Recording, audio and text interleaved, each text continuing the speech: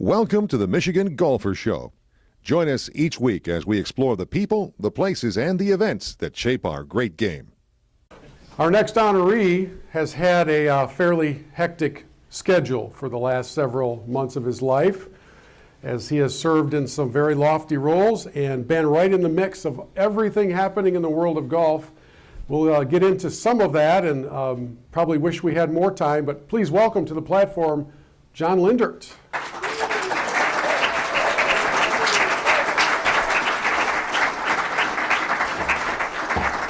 Welcome. Thanks for having me. I'm going to guess, John, that out of all of the sit-down interviews you've done in the last several months, this is probably the least nerve-wracking one of all of them. How's the life of the guy who just finished his term as PGA of America president? More relaxing. Yeah. It's a little bit more quiet, chill. Not as many late-night phone calls. Not as many hot topic discussions. Traveling both sides of the country, meeting with golf ball manufacturers, meeting with the USGA, talking about golf ball rollback, talking about all things golf. Yeah. It's a little less hectic. Do you know how long I have dreamed of hearing somebody watch me hit a ball and say, "See, the ball goes too far"? It does. A long time. Yeah, I need to be playing on an airport. I've seen you hit a golf ball. Yeah, it doesn't go very far. What have the last couple of years of your life been like? Serving in this role while also maintaining your place in Lansing at the Country Club of Lansing. I think I describe it as it's been a pinch me, not moment, but it's been a pinch me 2 years, 4 years, 6 years. The time spent as an officer in the PGA of America, is, the trips you go on, the people you get to meet, the friendships you develop. Every day seems like, I can't believe this is happening, and I can't believe this is happening. And yet again, the next day you wake up and something else happens that's tremendous and inspiring, and it's memorable. Yeah. Let's go back for a moment to the home game story, Country Club of Lansing. When you first entered into that role, you probably thought life would be somewhat normal as a club pro. Correct. Right? And then you start to serve in the PGA, and there's a progression that goes on there. What is it about CCL, though, that you have loved so much for all these years? Well, obviously, I've had tremendous support from the membership when you start to embark on some of this. And by the way, none of this was planned out. Like Michael was talking about, it happens one day at a time. One day you're running for a position on the Michigan PGA board as an officer, and the next day you're on the national board of the PGA of America, and then the next day you're a national officer, which is kind of mind-boggling in and of itself. But none of that happens without the support of the membership from the Country Club of Lansing and support from my wife and my family, because it is a lot. There's a lot of hours, and obviously there's travel, but there's hours on the phone, there's hours answering phone calls, there's emails, and it's endless, and it really is. There's a lot of interviews that you do, there's a lot of TV appearances that you make, but it's been a very hectic, but a very blessed 6 years with the PGA of America as an officer.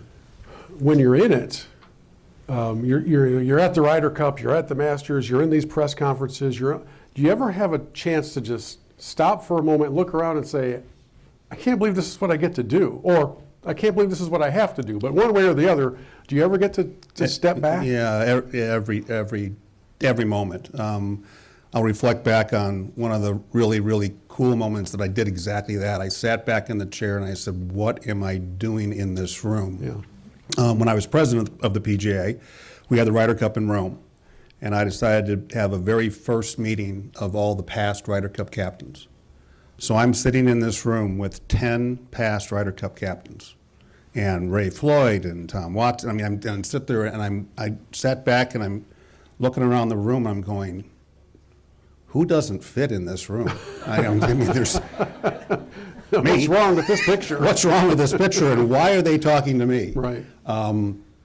When I look back at that, I look back at that experience and that conversation, And then afterwards, the captain's coming up to me and saying, thank you. Thank you for organizing this, because it's the first time that's ever happened. Really? And it was to kind of get their voice on what they thought everything Ryder Cup. You know, what were we doing right? What were we doing wrong? What could we improve on? How do we include them more into the Ryder Cup experience? How do we make use of their knowledge going forward? And they were all very appreciative of it. And it was a wonderful 2.5 hour conversation. I think one of the post-Ryder Cup comments that I heard from Beth Page, one of the American players, when asked what Keegan could have done differently, said he could have told us to go ahead and make putts. Because that's kind of what it seemed like it came down to. As you sit there in the role that you are engaged in, helpless, you can't go out there and play defense, right? You can't do anything else about it. Is the Ryder Cup, is it delivering on its promise to the golf fans? Is this what we're looking for? Is just something to talk about and root for, and the controversies that come and the competitions that come? Is it where you hoped it would be? Well, I think that I'll reflect back. I went to the Ryder Cup at Oakland Hills in 2004, and then I went to Hazeltine in 2016. I was actually talking to a young individual in New York and Long Island, and they said, should I go to the Ryder Cup? I know there are a lot of fans. And I said, you should go for the first tee experience because it's marvelous. And what I was reflecting back on was in 2016, my wife and I traveled to Minneapolis and went to Hazeltine for the Ryder Cup. And I remember walking in Friday morning, really early in the morning, 5:30 in the morning, and as the sun started to come up, the crowd started singing God Bless America. And then there were two bald eagles that appeared out of nowhere. I mean, this was like a movie. Yeah. And it gave me chills, and that's what I reflected on. I think that experiencing what I experienced at Bethpage, it's gotten a little bit more commercial. Yeah. And I hope and I pray that when we go back to Hazeltine, we get the God Bless America and the two bald eagles again. Yeah, that's a good way to put it. Do I understand correctly that golf wasn't necessarily your first love from a competitive standpoint? Well, it wasn't what I was best at. Which was? Swimming.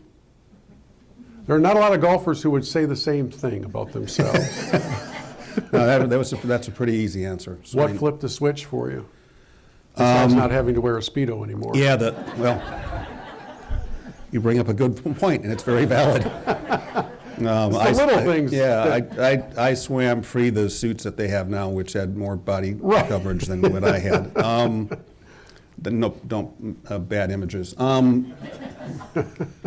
I think getting away from the 2-a-day practices, the 5 o'clock in the morning practice and the 3 o'clock in the afternoon practice, and getting away from having green hair because your hair would bleach out with the chlorine, and I think that's what happened to me. Yeah, I know. Crazy. Yeah.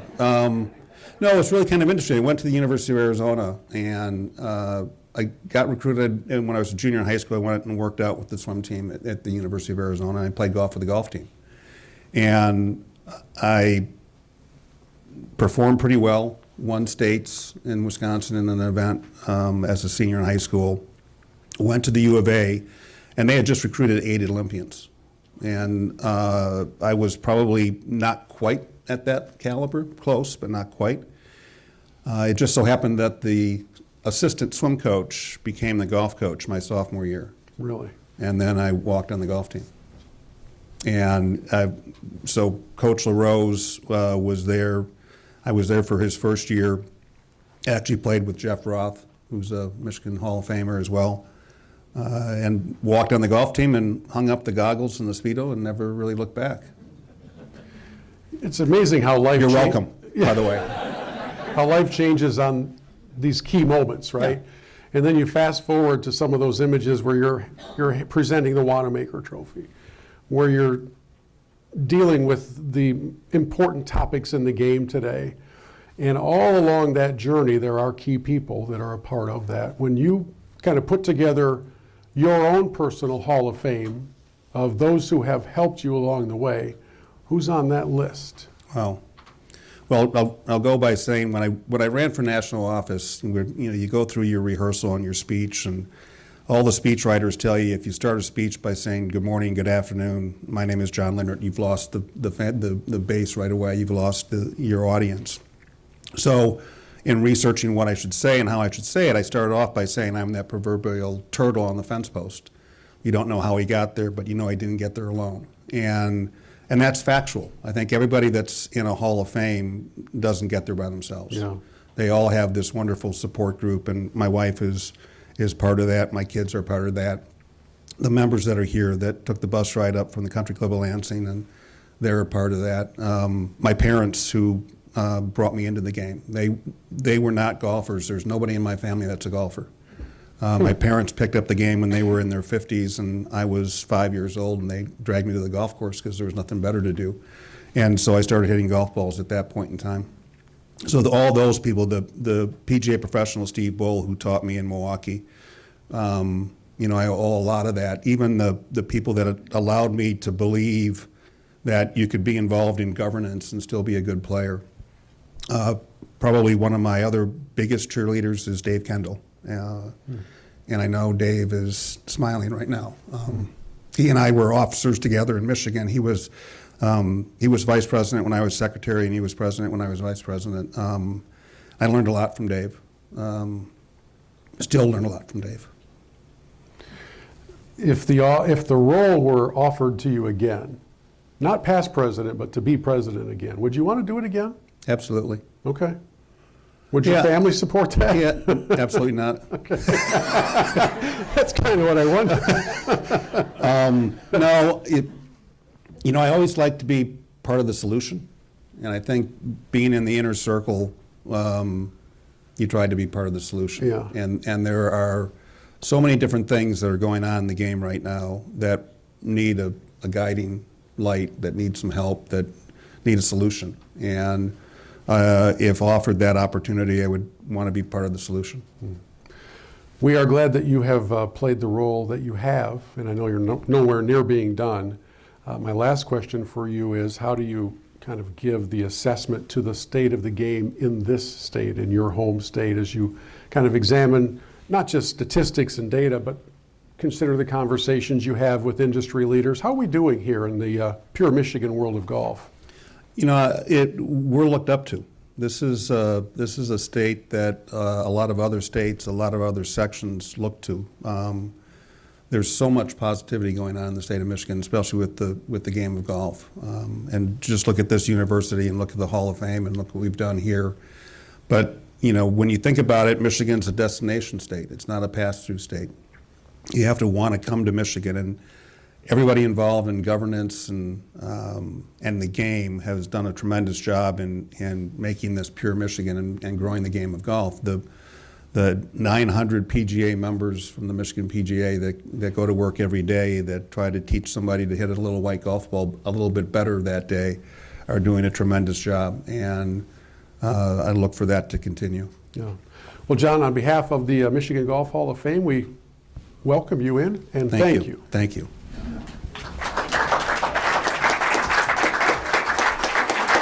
Thanks, sir.